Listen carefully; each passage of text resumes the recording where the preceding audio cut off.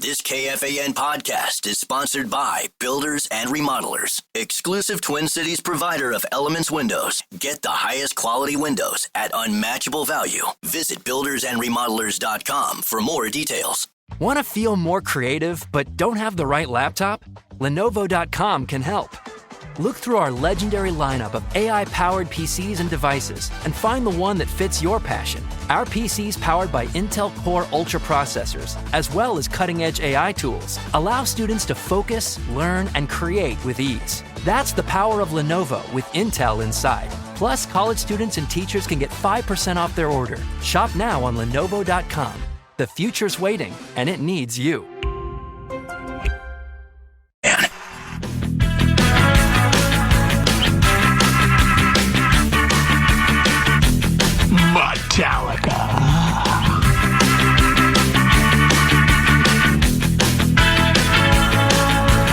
Join Common from 3:30 to 5:30 today after a spirited round on the greens, followed by a silent auction and formal dinner benefiting rain and sarcoma at Edinburgh Golf Course. All to raise funds and awareness in the fight against sarcoma. Come for the golf, stay for the cause. Get the full details now at KFAN.com. Keyword calendar.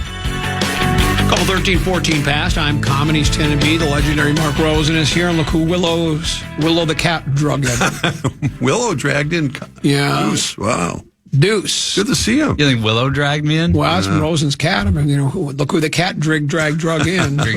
Here you are. It's Deuce. I'm back. Yeah. After goody. I finally graduated. Yeah. I'm now going to join the real adult world. Now what do you think?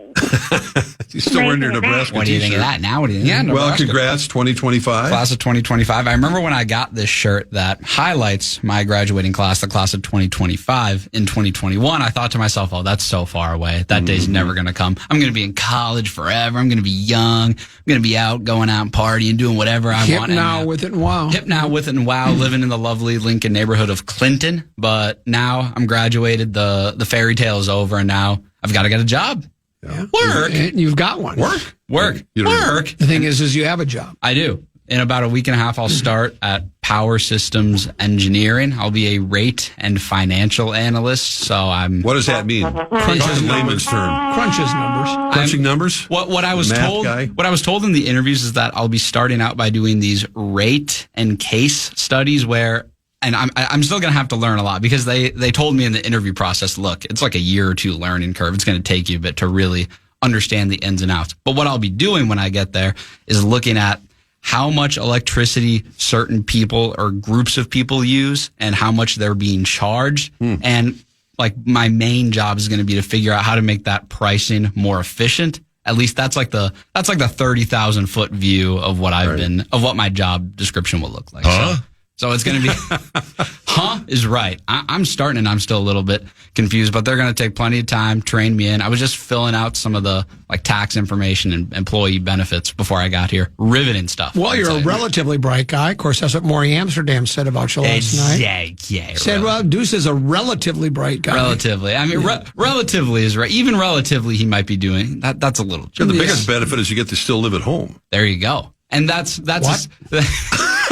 You could charge him rent now that he's getting a paycheck. Or do you think you're going to throw me out on the street? I thought you were ATM. Dad is ATM to me. That's what I thought this was. We both know that. That's why letters. You just be glad that I'm not doing the old. I really was going to find my footing. I was going to come back here and just take a long time to really settle in and come to terms with the reality of getting a job. But it was going to take a bit. It was going to take 1, 2, 4, 5, 7 years. But you know what? I worked up the courage to just send in 1 billion applications on Indeed. And finally one worked out. Even the connections weren't working out, which is why I'm so grateful that something finally hit. D for Deuce and D for delusional. Correct. Your guy, Tom Thibodeau, done, gone. Yeah, just announced about 20 minutes ago. Middle of our program password head game. coach of the New York Knickerbockers is no longer the head coach of the New York Knickerbockers. Tom Thibodeau. Well, fired. Your thoughts? Well, again, you talk about what in the hell is going on behind the scenes. It's kind of followed Thibs around in his career because you just led the Knicks to their first Eastern Conference Finals in God knows how long. You won 50 games again.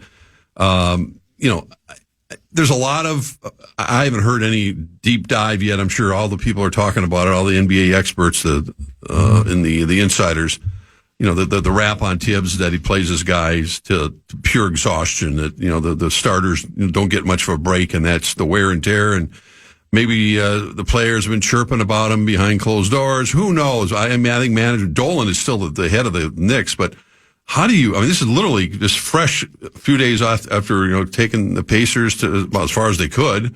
And he's gone. And that's something that, barring, I guess, the Knicks winning the NBA title, would that have been his fate? You know what I'm saying? That they had already made up their minds that this is not working, and we're hearing way too much. The stuff I heard the last few days was that, again, and I hate to hear the gossip, and that's what I call it, NBA gossip, that internally some of the players were upset with the lack of defense that your guy, Bodega Cat, was playing or not playing, and that it was wearing on some of the teammates, and that potentially that Towns could be on the trade market.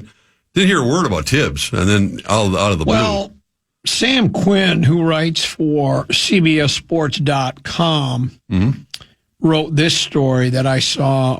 What's the date today? The 3rd? He wrote this 2 days ago. He wrote it June 1st. So I don't know how out of the blue it came, because he writes, sure. Tom Thibodeau resurrected the Knicks, but firing him might be the only way to get to the next level. So it's something that has been discussed. I don't know what that means. And on paper, Thibs worked miracles as recently as a few weeks ago. No team had ever overcome multiple 20-point second-half deficit in a single series. Right. But expectations changed. Eliminating Boston created a golden opportunity. The 64-win Cavs were knocked out of the second round as well, giving the Knicks home court advantage in the conference finals. And they botched 6 games after the euphoria of the Boston series. The Knicks have been eliminated with Saturday's 125-108 loss to the Indiana Pacers. It says no team relied more heavily on its starters in the regular season than the Knicks. The 5-man unit of Bridges, Towns, Brunson, Hart, and Anunoby played 940 minutes in the regular season. Only 2 other lineups in all of basketball played half as many. More breaking news. Tell me what you got. Yeah, sad news. I know Rosie will probably be sad about this one, but the Vikings announced that Jim Marshall has passed away today at the age of 87.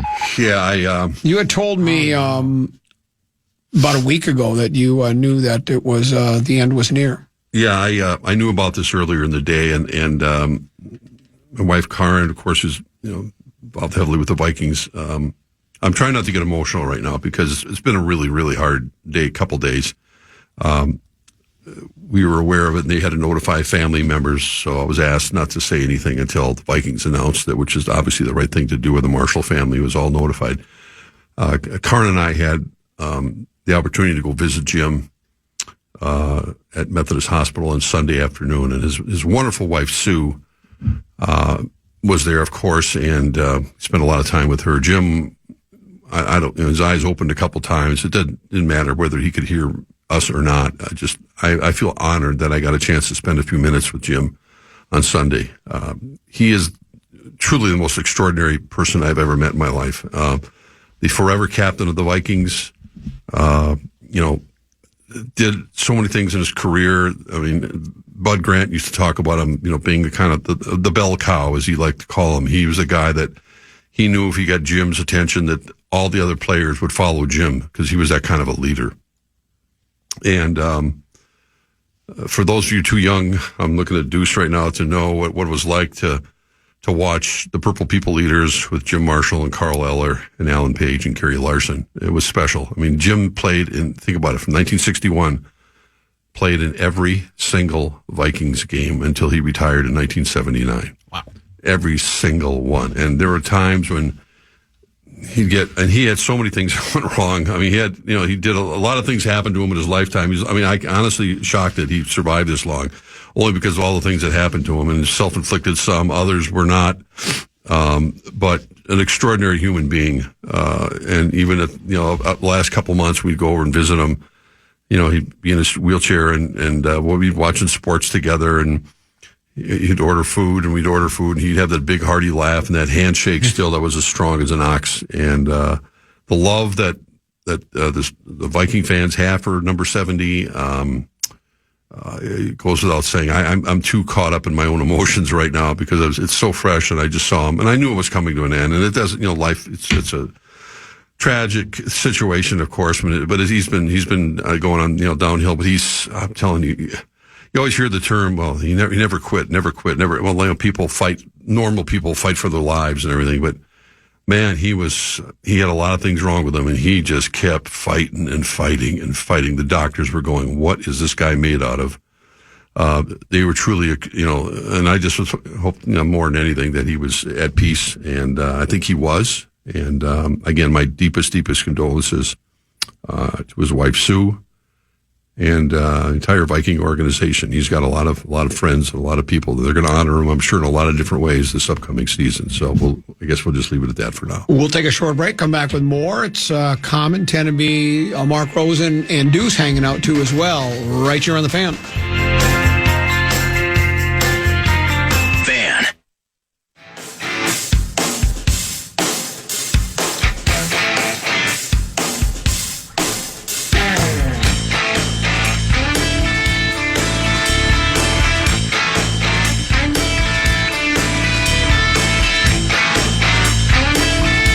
Couple 13-14 past. I'm Comedies, tend to be Deuce, the legendary Mark Rosen here as well. It looks like I don't want to go out on a limb here, and look too far into the future, but I could see the possibility of a rematch between the Liberty and the Lynx. Both teams started out 7-0. Yeah. Can they meet in the Commissioner's Cup? How does that work? I should have asked Marnie. The Commissioner's Cup starts, is it Tuesday? I don't remember when. Maybe it starts tonight. It's Commissioner's Cup. I think so. They do the same thing as the NBA does, right? They have a Commissioner's Cup. And I think when I saw the game promoed, I thought I saw Commissioner's Cup used as part of the promotion for the game tonight with the Phoenix Mercury. Yeah, it says here the Lynx are set to host Phoenix Tuesday night. Right. In a Commissioner's Cup matchup. The Liberty and Lynx faced off last season in the in-season tournament final, with Minnesota coming away with the win. New York got revenge, winning the WNBA championship for the first time in team history.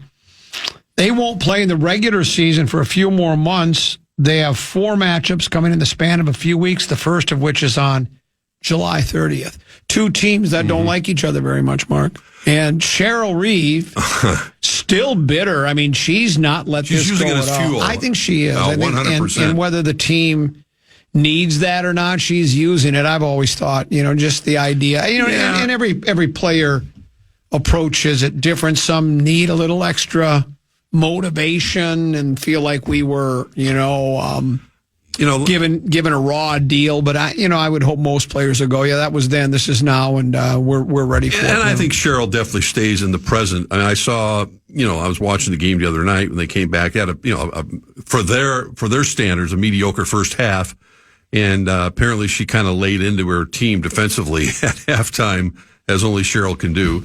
And they responded with a dominating performance and beat an expansion, the Golden State team. I was just talking to Marnie because, Marnie that's a tough job. She does a wonderful job of play-by-play. I'm not kissing up to her after she just beat my butt. But, she does play-by-play remotely, like most of the teams in the WNBA when they're on the road. Now, tonight, of course, she's going to be at Target Center. But, that's a tough job to do, play-by-play like that when you're looking at a monitor. Whoa. What? She doesn't travel when the team's on the road. She said only 2 teams in the WNBA, Indiana, of course, with Caitlin Clark, and I think she said Las Vegas, are the only 2 teams that travel with their broadcasters. Well, that's the most preposterous thing I've ever heard. Well, you would think that the expenses would be such now that, they've gotten more money, and I don't know if they're collective bargaining agreement, but I agree. I mean, it puts them in a really, especially she says the toughest part is when there's a review. They have no idea what's going on. I mean, when they're like you and I watching a game on TV. Right. I mean, imagine it's like, well, I don't know what the refs are talking about. I don't know what Cheryl's talking to them because we're not getting anybody coming up to us. You're making this up. They don't really do. I wish Marnie was still here. No, and that's what even to me shows you what a better job she does, because it's when you're watching it, you don't realize it, you don't feel it because it sounds like they're there. But they're just doing it because they do their homework and No, they don't travel with the team. Well, that's preposterous. Even for my rinky dink, I mean, relative to the WNBA, the USHL team, play-by-play guy Joel, he travels for all the games, every game. He would be hopping on the team bus. Kind of surprising. Weird. It is. I guess a televised event for the WNBA is probably a bit more, because what you're doing a stream. I don't know how many people work on that crew anyway. At the Icebox, it was about half a dozen people working. So that many people, game day production. So, and I have no idea what that would be on the WNBA side. Yeah, I don't know if I would feel it's more than that. And I understand expenses are expenses, but I mean, doesn't the NBA make money hand over fist? The NBA? Yeah, and don't they bankroll the WNBA? Yeah, I mean, yeah, they do. Well, then what is the problem here? I'd have to ask Marnie. I don't know the specifics of how. Obviously, they have separate payrolls. Here's what you need to do. You've got a lot of time on your hands. You need to be a lot of time. No, you do. You work 3 hours a week. I'm doing a podcast. I'm working on stuff for the Vikings already. I mean, I'm doing a lot of stuff. I come in here and bang my head against that new wall for 3 hours a week. What new stuff? What do you want me to do? What's your assignment for me? What you want to do is you want to try to get this. You need to go to A-Rod. He's your buddy. You've sat courtside with him and Lauren. You need to say, you got to become big time here. You can't start. Well, what are you doing pinching pennies? Well, and the WNBA is doing, I mean, honestly, they're doing quite well. I think, I mean, obviously Caitlin Clark has changed everything. And that's why Indiana is one of the teams that does travel on the road because of the popularity of Caitlin, even though she's out with an injury right now. There'll be a time, and I think when I don't know if they of course the networks take over. What happens is like when the Lynx played the Liberty last year, that game was on national television, so obviously the announcers are there. But it does seem more than a little bit on the cheap side. Yeah. This text messenger, I'll have to take his word for it. Says the NBA takes a minimum $50 million loss a season funding the WNBA. I wouldn't be surprised. $50 million? Well, how can they take that? I thought the WNBA was taking the nation by storm, and that's why have it been sold to bill of goods? I thought it was the newest, freshest, most successful league. Everybody was watching. Tickets are being sold out. What do they mean they're losing $50 million? Well, I mean, there's still, I don't know. There's a lot that goes into it beyond just the sheer attendance that they have. And certainly X number of teams are doing quite well, much better than they have before, including here. I mean, Minnesota's done well because they've won 4 championships, but they're on their way to potentially another one. There's all sorts of other expenses that are involved when you run a franchise like that doesn't have the national television money coming in, like some other sports do. And that's still, I'm glad that they're now building, this. I think the focus on the newer players, whether it's Paige Beckers or obviously Caitlin and Nafisa Collier, who's odds-on favorite to win the MVP in the league from Minnesota here, another Connecticut grad who's just lights out talent. All those people, all those players help a lot in moving the needle, but it's just going to take more time. So I think it's a travesty. Well, I mean, put it this way, I think Marnie's fine going home at night instead of getting on a plane the next morning. And, I think you need to intervene. Okay, I'll work on it. You need to work on some things. You know what you need to do is you need to go to work and try to blaze a trail like you did 50 years in the business, make things better for those that have come after you. Improve their lot in life. Set Marnie up for success. Yeah, set her up for success. Get her out on the road. I love mentoring young people like your son. He doesn't need my mentoring, but I mean that's part of what I do. Yeah, don't mentor him too much. I know where I'd love to be living in 11 one day. That'd be a heck of a spot to live. Good luck with that. Think about it. Well, there's that. Marcy Holmes might have to do for now. I want you staying at home. I probably will. Think of all the money that I could put in my back pocket rather than paying rent. Yeah, I don't like I don't like where you're thinking about it, but that's not me. Let's do this. NBA subsidized WNBA $10 million last year. It's mainly the TV deals that lead to the loss. Well, there you go. That's $10 million.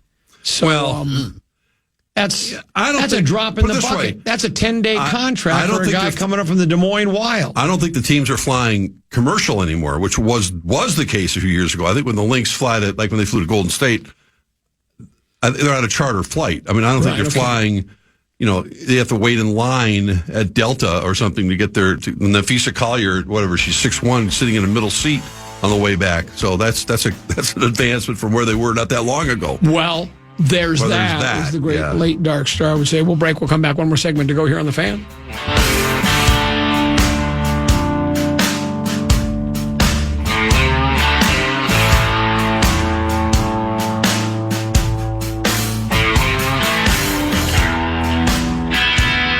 KFAN.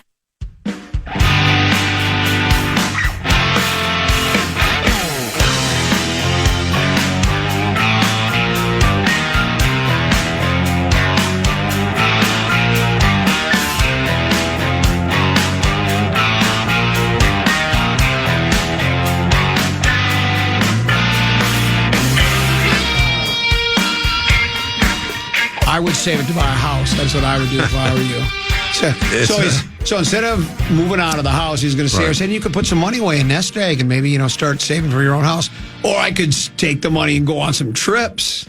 Well, I didn't say I was going to take a Rosie kind of trip and go to the Ritz or the Four Seasons or something.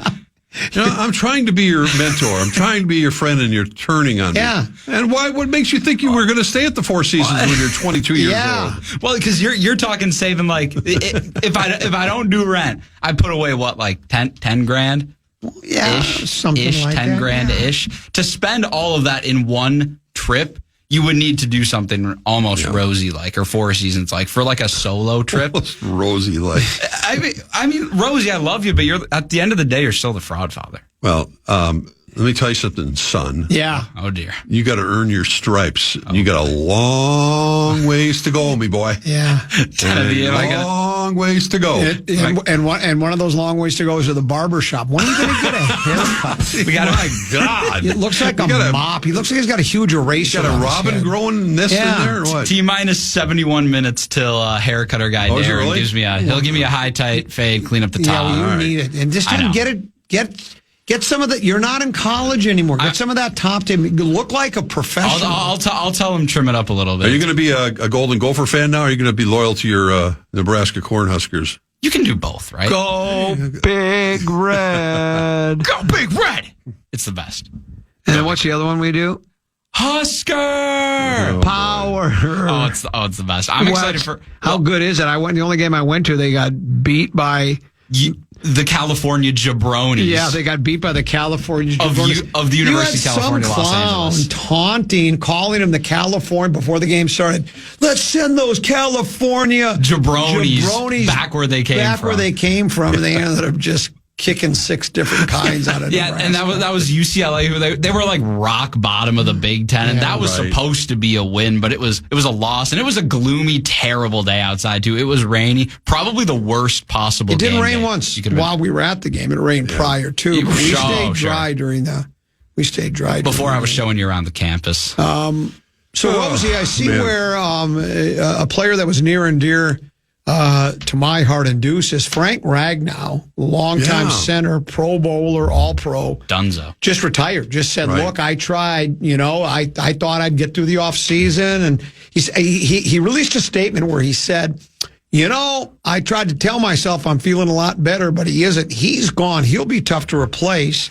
My guess is they're going to give Graham Glasgow a chance to be the center, and he's an okay lineman. But those are big shoes to fill, and they lost the Zeitler character in free agency to Tennessee, I think. And I saw a piece now that says, think about how things can change so quickly. There was a story that asked the question mark, do the Vikings have the best offensive line in the NFC North? And they very well could, because they have the bookends already. They have Brian O'Neill and Why don't I forget left tackle's name? Darius on the left. Right. And then they went ahead and they refurbished the middle of the line. And by all accounts, those are quality players. I think that's a big blow for Detroit. And I think Minnesota could have the best line. And how old is Rag now? 29. Yeah, he was only 29. And this is the thing. And we were and this is in case you missed it, this is on a day when we're mourning the loss of Jim Marshall, the captain, I call him the forever captain of the Minnesota Vikings, who passed away after a lengthy illness today. But when you look at the players of that era, and the center position, Mick Tingelhoff played for years and years and years and years and years. He didn't have. I'm saying, even if he had wanted to, and he didn't, he was a warrior that way too. And I'm not taking it away from Ragnow, but at 28, 29, that's the last thing on their minds. Yeah, they could afford to retire. They were making $45,000 a year, and many of them had to get jobs out of season just to support their families. And I think the benefit, and for the collective bargaining agreement, and to understand, for Ragnow, he's one of us, and he knows what he can tolerate, and he wants to be there. He wants to be at his best for his family, 10 years from now, 20 years, 30 years from now. So I hope people can understand why you walk away from a violent sport like that when your body is feeling it. And thankfully he has the means to do it. And you can't walk away on top of the game. Well, and it's that mentality of it's a tough guy sport. It's in the frozen tundra of Curry Lambeau Field, and these guys do play hurt. They do. They play all the time. They they eat a little dirt, rub a little Robitussin on it, tape it up, and go out and play. And most of these guys, by the time you get late in the season, especially you get to the playoffs, there isn't a player out there that doesn't have some at least minor nagging injury, if not something that's relatively serious, but you're expected to play for your guys. So you do whatever you can to get ready for a game. I mean, we always tease Hovan about the guys who are laying on the line. They're in their training room. But it's true. They lay it on the line. They're in the training room. And after a while, I mean, nobody more than Glasgow wanted to continue to play. I mean, Ragnow, he wanted to continue to play, but he couldn't. Well, and they live for those Sundays. I mean, it's not the fun stuff that goes on. We go down to training camp at the end of July and we're watching, another practice. Football is the one sport, I think, that for the most part, there's a joy in seeing your teammates succeed and kind of accomplish what the coaches set out for you to do in a particular day. But it's not like you're taking batting practice or shooting baskets. I mean, you're getting a tackling dummy and you're working on these, especially for a lineman. Down in the trenches. Yeah, it's the most underappreciated guys. I remember going all these years in Mankato and watching when Mike Tice was coaching the offensive line, and you'd see these drills and you just shake your head and going, how in the hell? You do this year after year after year and going to a training camp and sitting in a dorm room down there. Well, things have gotten a lot better. And at the same time, so is the realization that your career could be cut short and that you may be feeling the effects of it years afterwards. So, I say, kudos to him, and, he'll have a good life ahead of him. So many guys walk away from the sport just shells of their old selves. So you got to admire them for you do. Almost courage to just walk away. It's what we do, and it's a natural reaction from fans to go, who's going to replace him? And if you're a Lions fan and you've been waiting to knock down that door, and it's a big loss. I mean, it's going to be big. The center position, huge shoes to fill for sure. NBA Finals begins Thursday, is it? Yeah. Thursday. The Thunder will have home court advantage. They are a prohibitive favorite, I think, as odds go. What are they like? Timmy, what was that number I had yesterday? Was it plus or minus 700? What is it? Plus, minus? Yeah, that was minus 700. Minus 700. That sounds like we're talking about a gentleman's sweep, maybe a 4-1. I don't know. The Pacers are talented. They got a lot. Oh, sure. Halliburton and Pascal Siakam, the Eastern Conference MVP. Siakam, he used to play for Toronto. Siakam. He's a talented really club, but look, we saw what the Thunder has to offer. They play defense, in-your-face defense, start to finish. Every guy plays it. They've got all sorts of different weapons, including our guy Holmgren. They run they run 10 players out there that play on a regular rotation. It's not like if a guy gets in foul trouble, 10 guys play. Pacers will have their hands full. I don't think it's a foregone conclusion, but I'd be pretty surprised if the Pacers won. I think the Pacers have a hell of a coach, Carlisle. I also think they're probably studying as much as they look at the Wolves series with OKC. I think they're probably looking at what Denver did to hang with them for 7 games, OKC, and that's the thing, you can't underestimate that aspect of it. But yeah, I think we saw firsthand just the relentless nature of what OKC does, especially on turning defense into offense, and how they, manufacture points and can turn a 4-point game into a 14-point game in a blink of an eye. So, yeah, I mean, I hope it's a good series. I think pretty much everybody around the country is looking at OKC is probably the team that they want to win. This is their sport down there. I mean, other than waiting for Oklahoma to play college football, right, Deuce? I mean, that's kind of it. I mean, that's it. So, they don't have a Major League Baseball team, football. We know the rest of the story. So, and good for them. They've built a hell of a franchise down there, and they might be scratching the surface given how young all these guys are and the draft picks they have and the ability to do some different things. So, I think, we'll watch that. I'm excited, like a lot of people probably are, hopefully in hockey country here, to see Edmonton play Florida again, the Stanley Cup Finals starting tomorrow night. Most people believe, and I hope that Edmonton can win one for Connor McDavid. Is overrated. I hope Edmonton can finish what they started last year and win the cup. It would be great to see. I'm rooting for Florida. Why? I like those southern teams. That's where hockey belongs. Yeah, hockey belongs in the Sun Belt. Down in Florida. Yeah, exactly. So, but anyway, we still got championship games going on, and the final. It's crazy to think about it. Here we are in June, and the finals are just starting in both respective winter sports.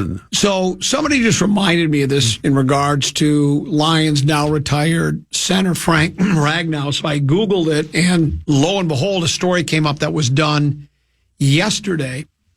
Says Detroit Lions center Frank Ragnow announces retirement from the NFL on Sunday. In a Lions Week 14 game back in 2020, against the Packers, Ragnow suffered a fractured throat bone, an uncommon injury often associated with trauma from strangulation.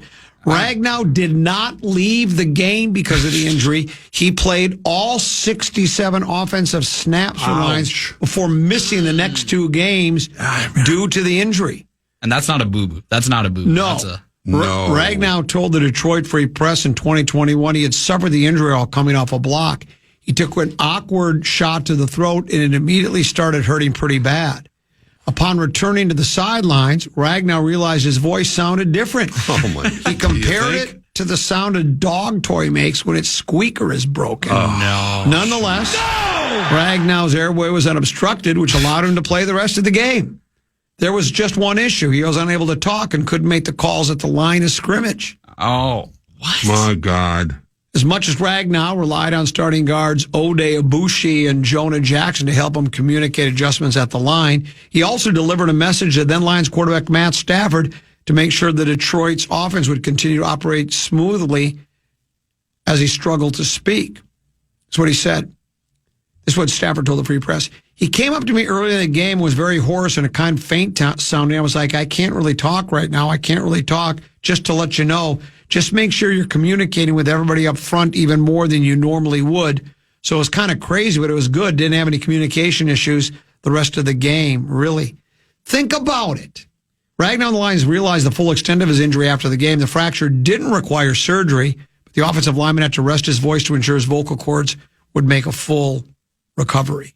Think about it. He had a broken throat, and he stayed in the game and played. It was hurt right away, but that's what they expect. These guys are crazy. You rub a little. Yeah. He bounced back quickly from the injury. He was able to play all 58 of Detroit's offensive snaps in its final regular season game just 3 weeks after suffering the fracture. There you go. That's what he does. Yeah. Again, I'm bringing it back to our guy Jim Marshall, who passed away today, but I can't tell you how many stories I heard about him being in the hospital with something going on. Sometime he was died of tonsillitis. I mean, that was when he was a younger player. But Bud would give him practice days off because he knew he could be there on Sunday. And he played defensive end at 225 pounds.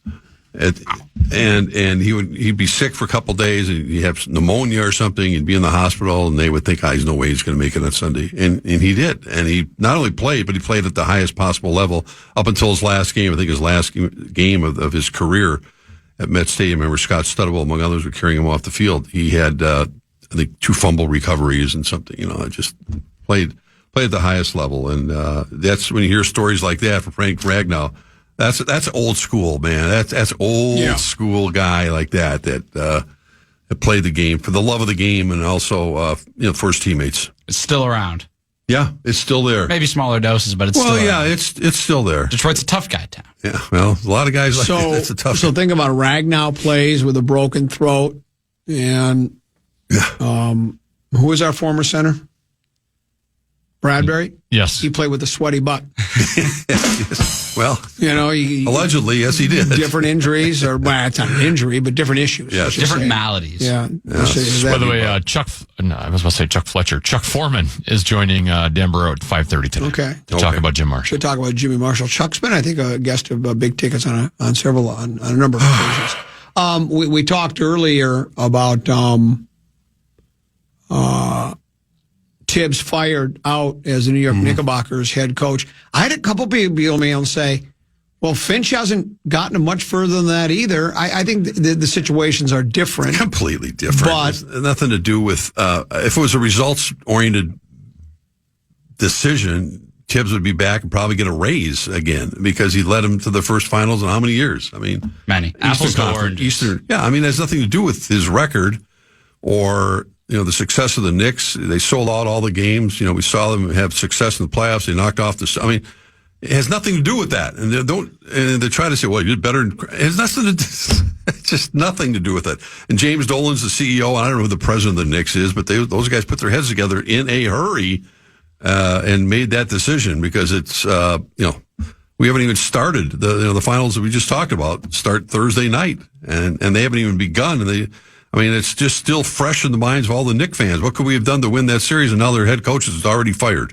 Yeah. Crazy. Well, game one was where, if you look back and you make one more bucket along the way, you win that game, and then who knows where the series is at. But it didn't happen that way. Yep. Your guy Buxton. Yeah, 5 RBIs yesterday. Joe Ryan, not as sharp as he generally is, but he's had a terrific season. They win again. They can't gain much ground on Detroit, though, because all the Tigers do is continue to win. They destroyed the Chi Sox 13-1. That's like playing a little league team. The thing about Buxton, though, that I like now, it slipped my mind, and that's easy to do because my mind is a very slippery slope. But Buxton missed about a week because of the concussion. But prior to that, he's been as healthy as he's ever been, and he is, for the most part, if you look at his numbers, his productivity has been very good for the Twins. It's sort of how Buxton has gone, so have the Twins, and that's all everybody kept wanting. And I was beginning to doubt if he would ever. There was no reason to believe that he was going to play, and he's on pace to play more games than except maybe the one season when he played 140. And it was weird watching the game late last night. They're playing in Sacramento, as in a minor league ballpark down there because of their A's are leaving. They don't have a home. They're gone. Right? They don't have a home. They're vagabonds until they go to Vegas. But it's kind of fun watching a game played like that. There's still the little idiosyncrasies that go on, but now if they could only get if Royce Lewis can get going. The pitching continues. I mean, you're right. Joe Ryan struggled last night. He got out of a big jam, and I don't know, it was the third or fourth inning. Had the bases loaded, he got out of it, but they had scored 4 runs to make it a little closer game. But if the Twins' offense can continue to click a little bit, Correa's playing a lot better. But tonight they got Pablo. Again, they have their starting staff is really good. I mean, Pablo Lopez starts tonight. Advantage Minnesota. Bailey Ober and Paddock's been pitching well, and they have the starters to kind of keep this train going for quite a while, and give them a good shot at, if not certainly trying to catch Detroit, being in a position for a strong wild card. But that's we got a long ways to go. They haven't even faced the Tigers once this year, but what a resurgent team that we're watching in Detroit right now. But yeah, they play again late tonight. Get the Lynx playing at home, and the Twins playing late tonight in Oakland. Programming predicament. Well, not really. The Lynx game will probably be over by the time Pretty close to that. Programming predicament. Yeah. Could be. What was I going to ask you about? I'm going to ask you another Twins question. Oh, on the Lewis thing, I saw a story that said he's the only Twin that has 2 0 for 30 or longer hitless streaks. Because remember last year? Yes. And I thought it was interesting. Last year he said, well, I don't believe in slumps. There's no such thing as a slump. Yesterday in the paper said, well, yeah, I'm having a slump. And yeah, he kind of tried to work around that quote. He said, yeah, I'm in a slump. And we all have them, and hopefully I'll be around to have many, many more. Kind of an odd way to say it. But, yeah, he says he's struggling to figure out. He's swinging too hard. He's doing this. And this is a guy that was the number 1 prospect in all of baseball, not just with the Twins, but all the major league baseball. It's a humbling game, and at our times, I'm sure, Trevor Plouffe was doing the color commentary this week, and he had some things to say about, I think, the way that he wasn't using his legs correctly. I'm sure this is the time when you want to hear from a Paul Molitor or someone like that to go, what the hell's going on with his swing? What do you see? Knowing Royce Lewis that he's not doing that he was doing, and correctable types of things, because obviously he's got a great career ahead of him, I think, and it might be just a blip as a lot of ball players go through early phases of their career. But there's something definitely off, and it's too bad because some of the other guys are doing their part right now to kind of keep that train rolling. Where do you and Creasel go from here? Back to the drawing board. We lost. We were in the semifinals. Seriously, we lost to a better team. I can't complain. We played it. We didn't play our best, but it was Lil B and Marnie Broads are back. They're back. Just throw Creasel under the bus. Go ahead. Yeah, go. Just blame him. I got to throw Creasel under the bus. I lost to you because of Gorg. No. See, I don't have any problem throwing Gorg under the bus. Gorg. Yeah. And that was my own fault. After he and I steamrolled, who did we steamrolled somebody in a regular season matchup. Yeah. So you thought Lil B and Ron Johnson. And I thought, I think that's exactly what it was. And I thought there was magic there. We were it was like Jordan and Pippen. Yeah, I guess you could say there was some kind of mental telepathy there that I thought would, we were one hit wonders. We're gonna have to get Deuce back on Program Passer. He's got one of the worst records in the history of Program Passer.